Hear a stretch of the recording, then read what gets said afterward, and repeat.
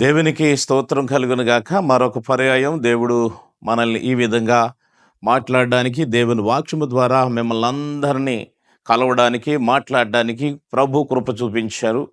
ఈరోజు కూడా మరొక అద్భుతమైనటువంటి దేవుడు దేవుని వాక్యము ద్వారా మీతో మాట్లాడబోతున్నాడు. లూకా సువార్త 19వ అధ్యాయము మనము చదువుకుందాం. మొదటి వచనాలు, రెండో వచనాలు చదువుకుందాము. నేను చదువుతున్నాను, దయచేసి వినవలసిందిగా ప్రభు పేరట కోరుచూ ఉన్నాను. చూడండి, ఆయన సంచరించుచు యెరికో పట్టణంలో ప్రవేశించి దాని గుండా పోవుచుండెను. ఇదిగో సుంకపు గుత్తదారుడును ధనవంతుడునైన జక్కయ్య అను పేరు గల ఒకడు యేసు ఎవరో అని చూడగోరును గాని పొట్టివాడైనందున జనులు గుంపు కూడి ఉండుట వలన చూడలేకపోయిను. అప్పుడు యేసు ఆ త్రోవను రానయ్యుండెను గనుక అతడు ముందుగా పరిగెత్తి ఆయనను చూచుటకు ఒక మేడి చెట్టు ఎక్కెను. దేవునికి స్తోత్రం కలుగునుగాక. ఈ రోజున ఈ మాటలను పాటగా మలిచి పాడుకుందాము. ఒక పల్లవి శరణం పాడదాం. దేవునికి మహిమ కలుగునుగాక. దయచేసి శ్రద్ధ కలిగి వినవలసిందిగా ప్రభు పెరట కోరుచూ ఉన్నాను.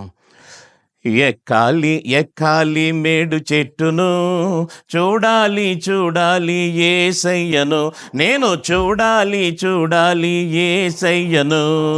ఎక్కాలి ఎక్కాలి మేడు చెట్టును, చూడాలి చూడాలి యేసయ్యను, నేను చూడాలి చూడాలి యేసయ్యను.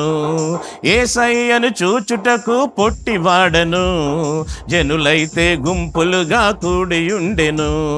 యేసయ్యను చూచుటకు పొట్టివాడను, జనులైతే గుంపులుగా కూడి ఉండెను. యేసయ్య ఆ త్రోవని రానయ్యుండెను, యేసయ్య ఆ త్రోవని రానయ్యుండెను. చూచుటకు పరిగెత్తి చెట్టెక్కెను, మేడి చెట్టెక్కెను. ఎక్కాలి ఎక్కాలి ఎక్కాలి ఎక్కాలి మేడి చెట్టును, చూడాలి చూడాలి యేసయ్యను, నేను చూడాలి చూడాలి యేసయ్యను.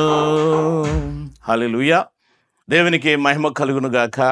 యేసుక్రీస్తు ప్రభు వారిని సుంకపు గుత్తదారుడైన జక్కయ్య యేసయ్యను చూడాలనుకున్నాడు. చూడండి, ఒక్కసారి చూడండి, ఆ రోడ్డు మీద పరిగెడుతూ ఉన్నాడు. ఆ సుంకపు గుత్తదారుడైనటువంటి ఆ మెట్ట దగ్గర నుంచి, ఆ పన్ను వసూలు చేసే స్థలము నుండి యేసయ్యను చూడటానికి పరిగెడుతున్నాడు.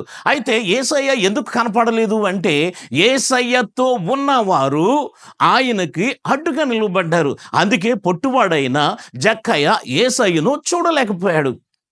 ఎందుకంటే యేసయ్యను ముందు పెట్టాలి, యేసయ్యను ముందు నడిపించాలి, ప్రజలు వెనకాల ఉండాలి. కానీ ఆయనతో ఉన్నవారే ఆయన కనపడకుండా ఆయనకు అడ్డుగా నిలిచారు. అందుకనే ఆ జక్కయ్య లాంటి వారు రోడ్లంటా పరిగెట్టవలసి వచ్చింది. జక్కయ్య లాంటి వారు మేడి చెట్టు ఎక్కవలసి వచ్చింది. మెట్లు, గుట్లు, పొట్లు ఎక్కడానికి గల కారణం ఏమిటి అంటే, యేసయ్య కనపడే విధంగా ఆయనతో ఉన్నవారు చూపించాలి.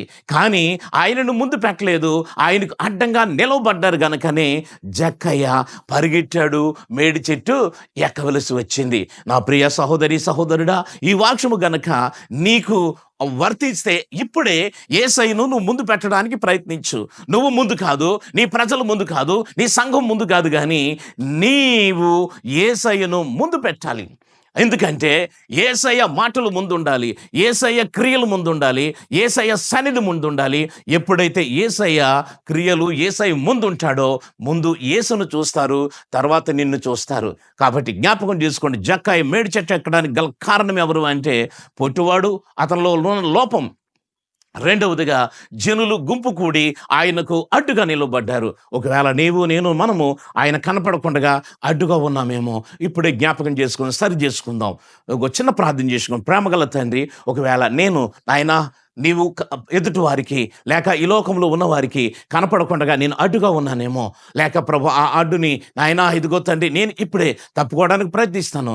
నాలో యేసయ్యను చూడాలి, నా ద్వారా యేసయ్యను చూడాలి, నా మాటల ద్వారా యేసయ్యను చూడాలి. అట్టి కృప ఈ ప్రజలందరికీ అందించమని యేసుక్రీస్తు వారి పేరట వేడుకుంటున్నాము తండ్రి, ఆమేన్. ఆమేన్. ఆమేన్. ఈ మాటలు విన్న మీ అందరికీ నా హృదయపూర్వకమైన ధన్యవాదాలు. ఈ యొక్క వాక్యము ద్వారా ఇతరులకు షేర్ చేయండి. అలాగే సబ్స్క్రైబ్ చేసుకోవలసిందిగా ప్రభు పేరిట మనం చేస్తూ ఉన్నాను. దేవుడు మిమ్మల్ని అందరినీ దీవించును గాక. ఆమేన్.